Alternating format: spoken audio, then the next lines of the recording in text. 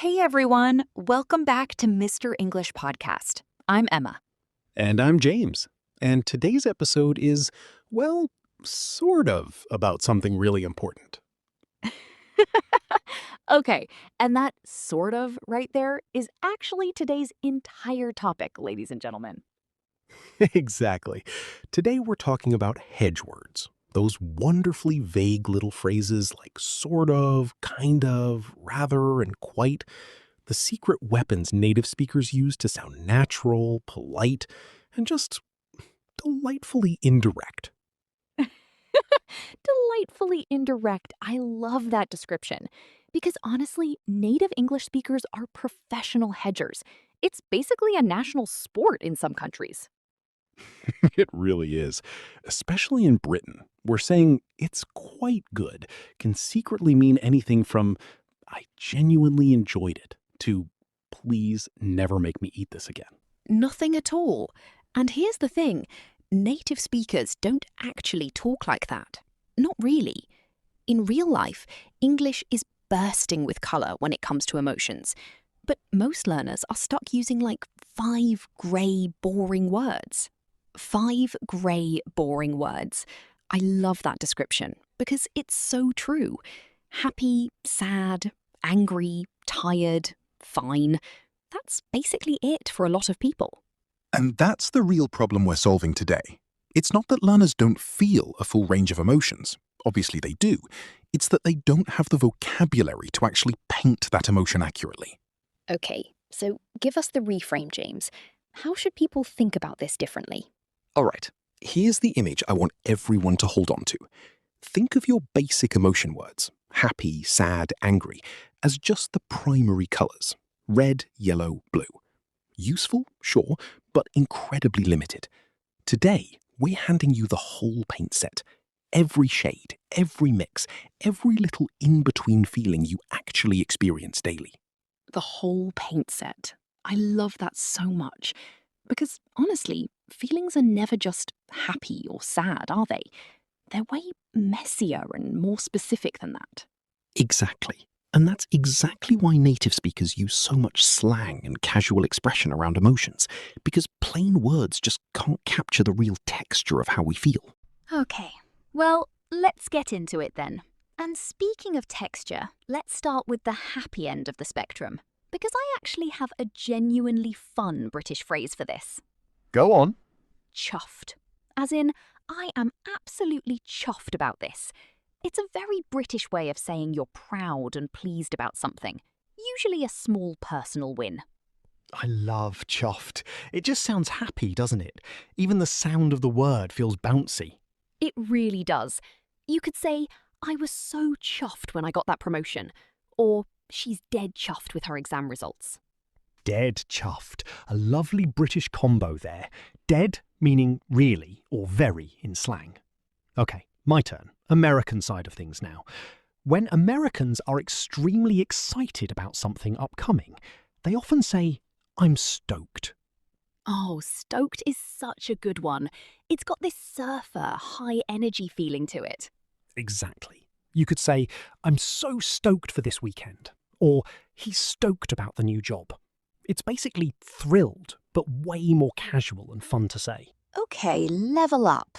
What about pure joy, like the happiest possible version? That would be over the moon. As in, she was over the moon when she heard the news. It means extremely happy, almost overwhelmed with joy. I genuinely love that image. Being so happy you're literally floating over the moon. It's such a visual phrase, honestly. Okay, your turn. Let's swing over to the sadder end of the spectrum now. Okay, British slang time again. Gutted. This means deeply disappointed, kind of like someone punched you in the stomach emotionally. Ooh, that's a strong image. It really is. That's exactly why it works so well. You could say, I was absolutely gutted when we lost the match, or he's gutted about missing the flight. Very British football commentary energy right there.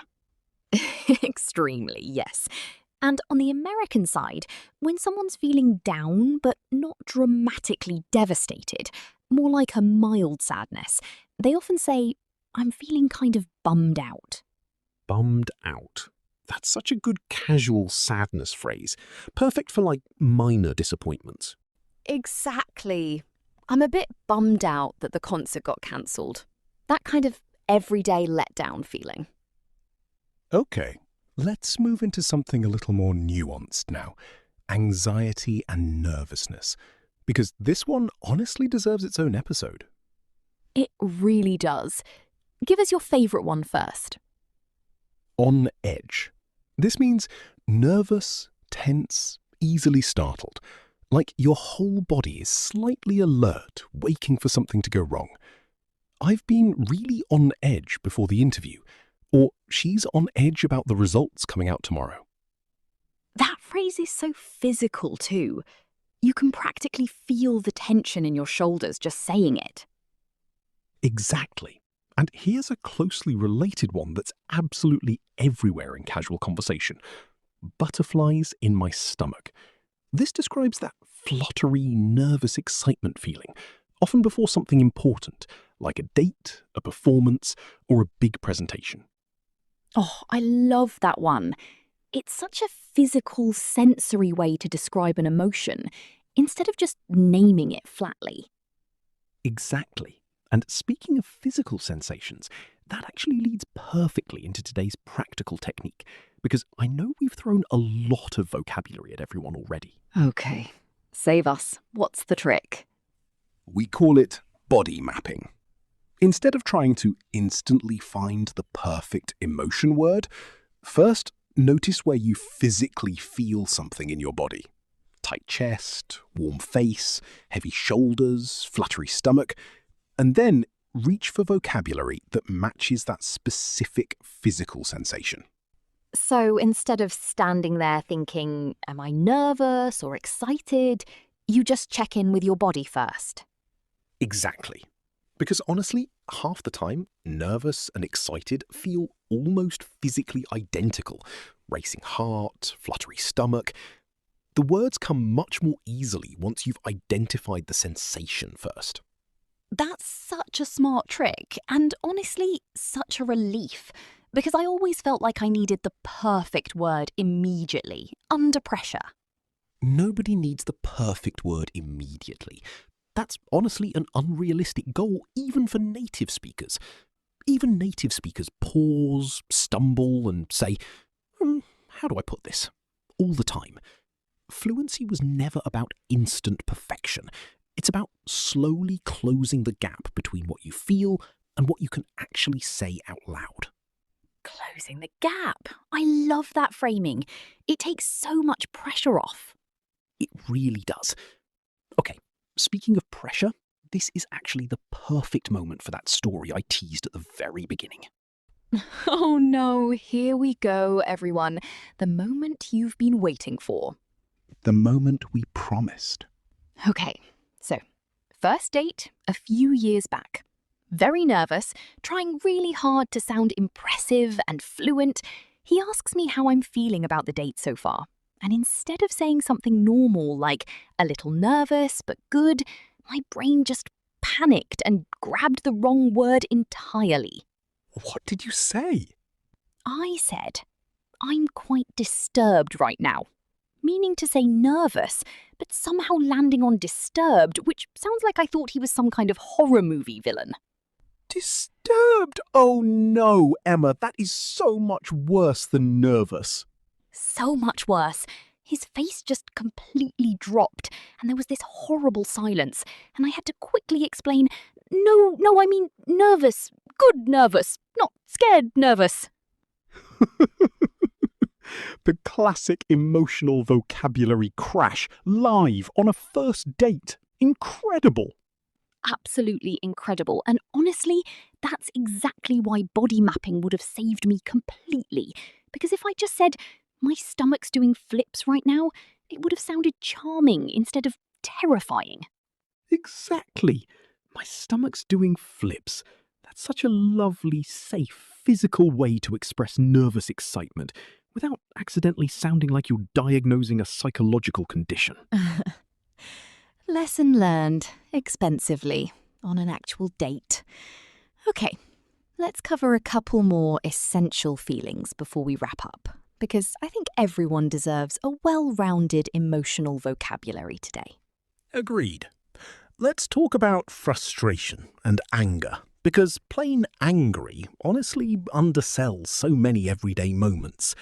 When something is mildly annoying, Americans often say, "That's kind of irritating." Or more casually, "That's annoying as heck." Annoying as heck. Very safe, very PG version of a stronger word. I appreciate that. Exactly. Very family-friendly frustration. And when something is genuinely maddening, a stronger British phrase is, "That really winds me up." Meaning it makes you increasingly frustrated or annoyed, almost like someone's turning a little handle on your patience. Ooh, winds me up. I love that mechanical image, like you're a little toy slowly getting tighter and tighter. Exactly. Until eventually you just pop. Very accurate description of most Mondays, honestly. Okay, one more category before we recap. Confusion. Because I feel like this emotion gets almost no vocabulary love at all. True. Usually people just say, "I'm confused," over and over. Exactly. So here's a fun alternative. I'm torn. This means you genuinely can't decide between two options, pulled in two different directions emotionally. I'm torn between the two job offers, or I'm so torn about what to eat tonight. Torn is such a good one. It perfectly captures that stuck in the middle feeling. It really does.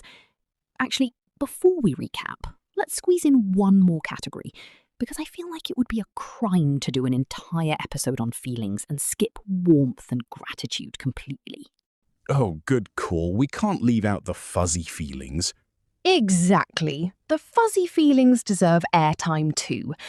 So, when Americans feel genuinely moved or emotionally touched by something kind someone did, they often say, "That really warmed my heart."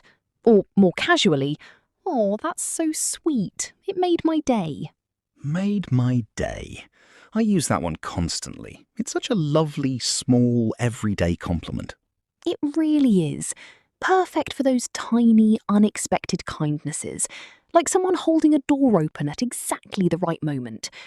And on the British side, when someone feels grateful and touched, a common phrase is, "I'm really touched. That's ever so kind of you." Ever so kind. That phrase always sounds so gentle and old-fashioned to me, in the sweetest possible way. It really does have that warm, polite British charm to it. And here's one more, for that deep, comfortable affection you feel toward close friends or family.